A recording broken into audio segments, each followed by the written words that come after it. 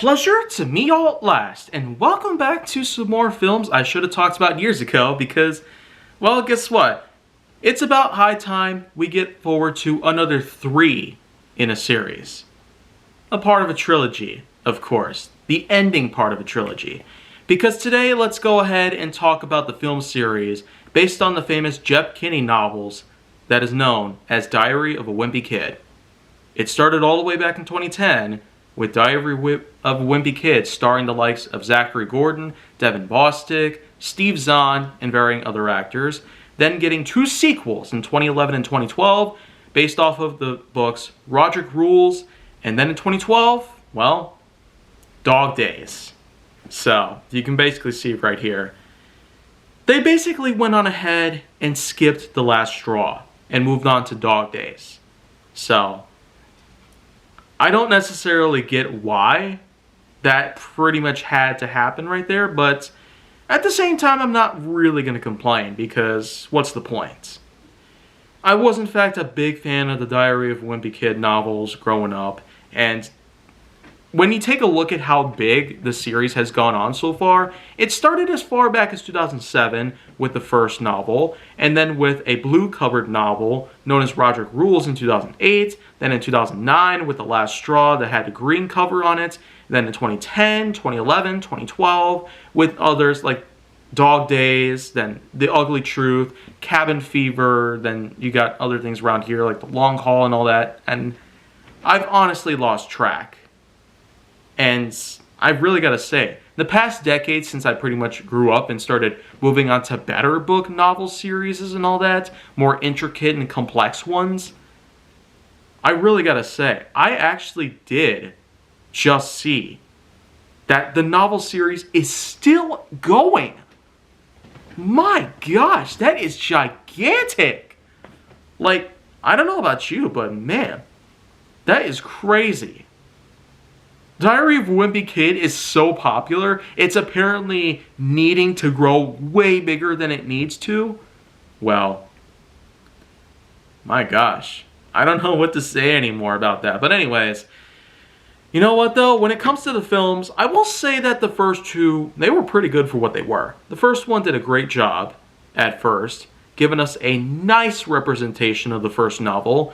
Then with Roderick Rules, it also did play out pretty well, giving us some pretty accurate ways of representing the second novel, although it probably could have done a bit better at representing the novel. Even though it would have been okay to differentiate it more from the novels, the films probably could have at least had some connectivity, because if you're going to give them the titles of the novels, the subtitles of the novels, then you're basically going to have to at least give some sort of connectivity so it makes more sense. But then here comes Dog Days. 2012. It stars the same actors, so to speak, with all the characters in place, including Greg and Roderick Heffley, as well as everybody else. But in this instance, we have a whole entire thing taking place. Dog Days does, of course, have quite a big tone to it. Being the 4th book in the series, you'd expect the film to have itself the tone that would eventually translate more a little from The Last Straw during the first maybe 30, 60 minutes of the film, then progressing over to Dog Days. But no, they skip Dog Days. In the novel itself, they basically make their own variant of Dog Days for the film. And to know that they actually skipped The Last Straw entirely, I'd probably consider that to be a fatal flaw. So, I don't really know if I could go any further to talk about this, but you know what? I might as well go ahead and explain the plot, because at least it has some accuracy towards the actual novel itself. Dog Days is in fact a point where Greg tries to spend a summer playing video games and the like, with the curtains closed and the lights turned off. But then of course there comes along a lot of things like where Frank tries to convince both Greg and Roderick to go spend some time together with the family. And then, of course, there comes a point where Greg tries to basically convince the family about a job that's supposedly taking place at the local country club. But after that time, the plan ends up backfiring. And a lot of things, from a camping trip to various other things, and even the ownership of a dog, which of course is in fact pretty accurate as well. So, I will say at least that this film does do what it does best. It gives us a proper adaptation of the novel itself. And the novel does in fact have all these things blended together. But yeah, you know what? I guess a few things are probably going to be needed in order to basically clear up anything right here. Because first of all, if you're familiar with the fact that Zachary Gordon is in fact 14 years old at the time the film was released. So, of course, puberty was setting in. Gordon's voice was becoming a little deeper at the time in 2012. And combined with the fact that you have many of the other actors who seem a bit more flamboyant as opposed to the other two films where they seem perfectly in tune. And I really have to mention the part where Steve Zahn literally pulls the plug on things and gives us probably one of the greatest moments I might have ever had to see in modern film history. Seriously. Zahn goes over, as Frank Heffley of course, and pulls the plugs on a television set and acts like a complete and total weirdo. Like, this is the kind of cherry that needs to go on top of the malt. The malt, of course, that could pretty much be anything unpredictable. This entire film has quite a different tone. It's very different that while being a 3 in the series, they say 3 is never as good. And here, though, I can't really be sure if that's true, or maybe there's some kind of merit in there that I'm missing out on, where it could somehow be even better than many claim it to be.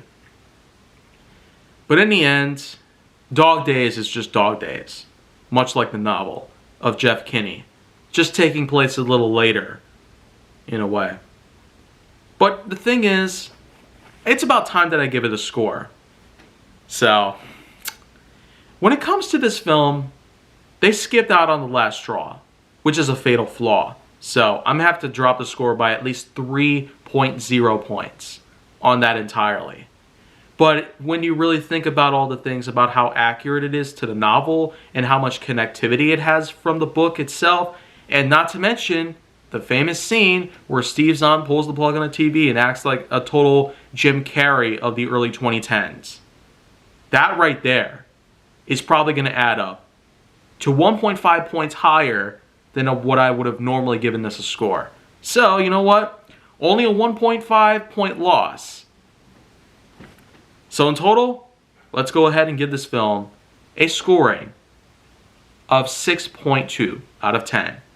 So, end of story there. If it weren't for a lot of these other things that had taken place, and if it weren't for them skipping the last straw, and if they would have just made a film based off of the last straw, then that would have been okay.